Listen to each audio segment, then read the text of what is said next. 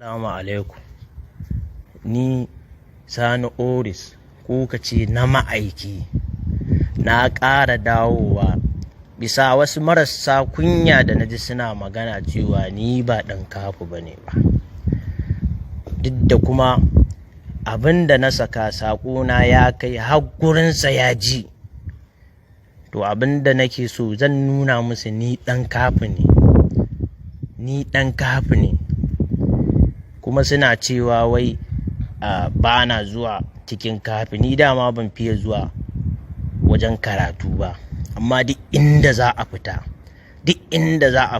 ku tambayi na Audi, shi yake goya na a mashin. Ku tambaye shi zai muku bayani. Hatta fita muƙabalar da ni aka fita, har lokacin da muka raka shi 'yan sanda suka dawo da mu aka ce ba za mu shiga ba.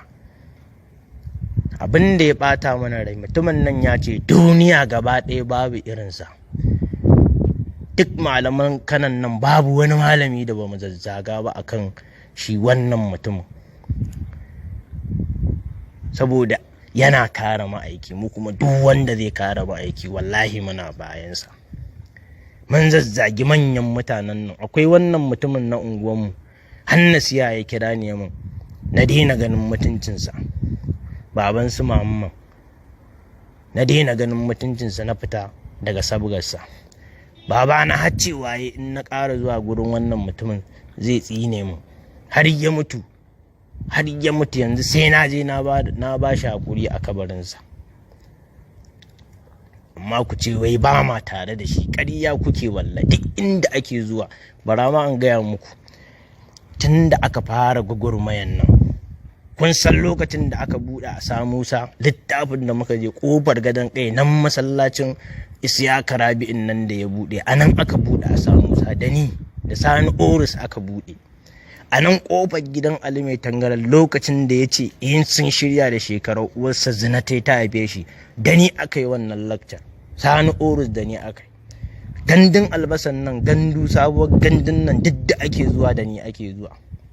Duk wani yawon gaba gadin da ake yi da mu ake yi. Sannan ku marasa kunyan ƙarya ku zo ku ce wai ni ba ɗalibinsa ba ne ba.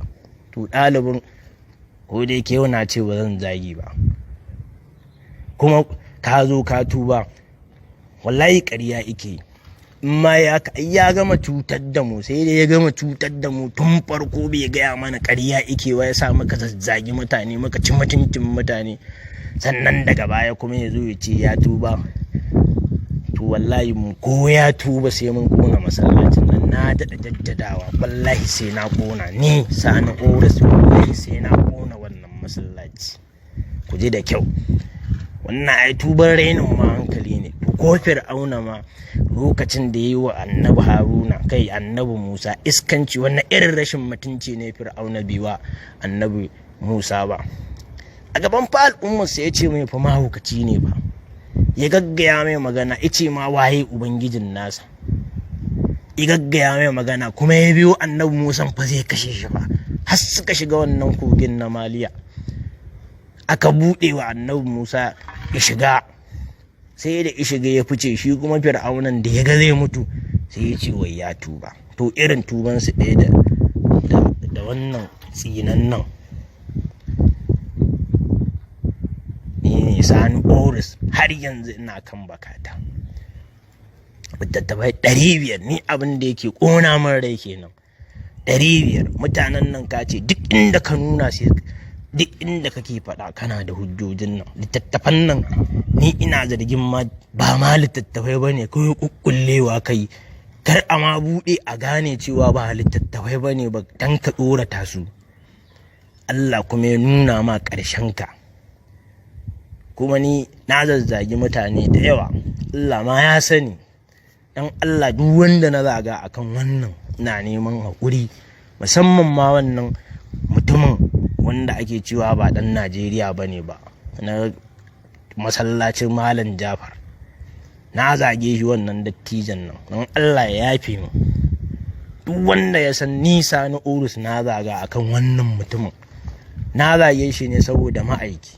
Kuma yanzu muka gane duk maganganun da ya faɗa ashe shi yake kitsa abubuwansa. duk da ana cewa ni jahili ne, amma ai ina da basira, kuma na san mutane su kansu in suka ji abubuwan nan sun san ina da basira, tunda zan iya gane abu. Kuma mu akan ma'aiki sai dai mu mutu, kuma ni ba zan ƙara yin kowa a kansa ba, kuma na daina bin sa. Ga ɗaliban nan kowa fita yake ya ce ya daina bin sa. Ai ba ni kaɗai ba ne ba, ni ca ne zan yi wani aiki, saboda ai akwai wanda ya kashe wani ɗan uwan annaba a yaƙi, yaje ya kashe shi, daga baya ma ya je ya kashe musailamatul hazzabi.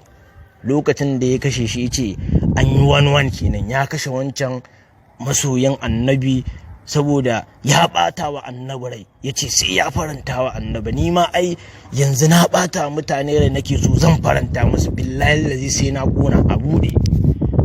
Mutuwa in na mutu akan ma'aiki kowa ya san na yi jihadi ne. Duk wanda ya mutu akan ma'aiki a yawon banza an sha kama ni. Kwana na nawa nake yi a yawon gaba gadin da muke yi na banza na shiriri ta ballantana na ƙona akan ma'aiki. Wallahi ban jin tsoron kowa.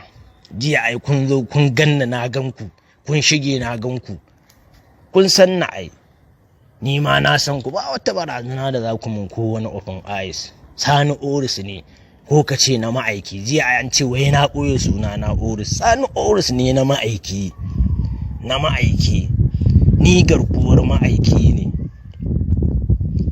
maciyin amana kawai, ɗan iska. In gwamnatin ta hukunta shi mu ba ruwanmu da shi. Na ma faɗa tun jiya na ce in dai gwamnati ta hukunta shi ba ruwanmu, don gwamnati uwar kowa ce, ta fi ƙarfin kowa.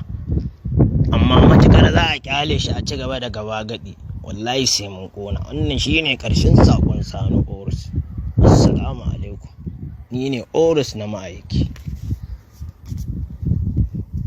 Assalamu alaikum. Ni